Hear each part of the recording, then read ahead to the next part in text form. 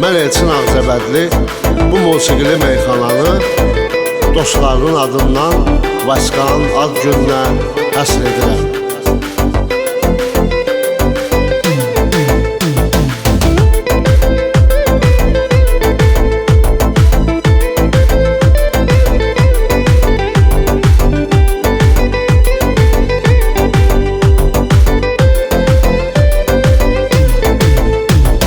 Mart ayının yetişdi 18'i, bu ad günü cəm eləyibdir bizi.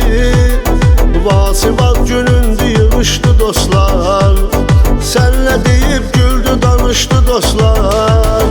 Arzu eləyirik sənə xoşbaxt ömür, bugün 41 oldu yaşın çox şükür. Xoş günü və gəldi sənin qonaqlar, sevindi həm yaxınlar həm uzaqlar. Yaxşılar bilir ki məqsədin nədir, fəxr eləyir sənlə bütün Ağzəbədi. Bu ünvanın fəxri sən iftixarsan, zalimə zalim acizin yarsan. Yaxşılar bilir ki məqsədin nədir, fəxr eləyir sənlə bütün Ağzəbədi.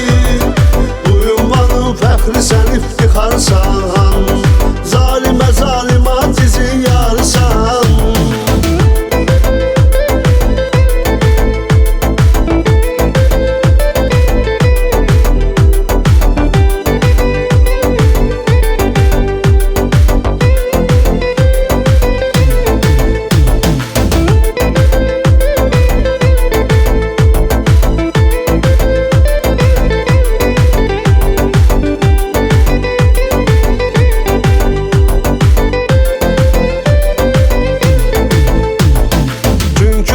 Cəsarətli oğulsan, etibarlı sədaqətli oğulsan. Yanında heç kim olmayıb köməksiz, bir insanı qoymamısan çörəksiz. Başqa bizim əziz qardaşımızsan, qəlbi gözəl təmiz qardaşımızsan. Hər adamın qardaşı olmur belə, fəxr edirik ki biz qardaşımızsan. Yaxşılar bilir ki məqsədin nədir, fəxr eləyir sənlə bütün Ağzəbədi.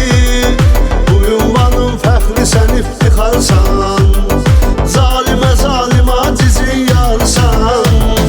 Yaxşılar bilir ki məqsədin nədir, fəxr eləyir sənlə bütün Ağzəbədi.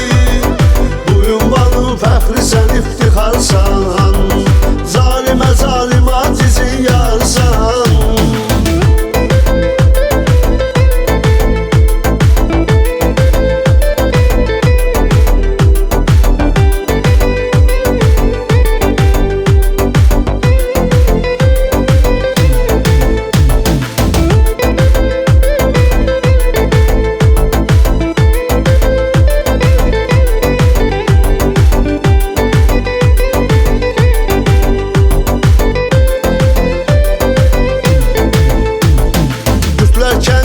Sən iftixarsan, o kətdə göz açmısan, doğulmusan.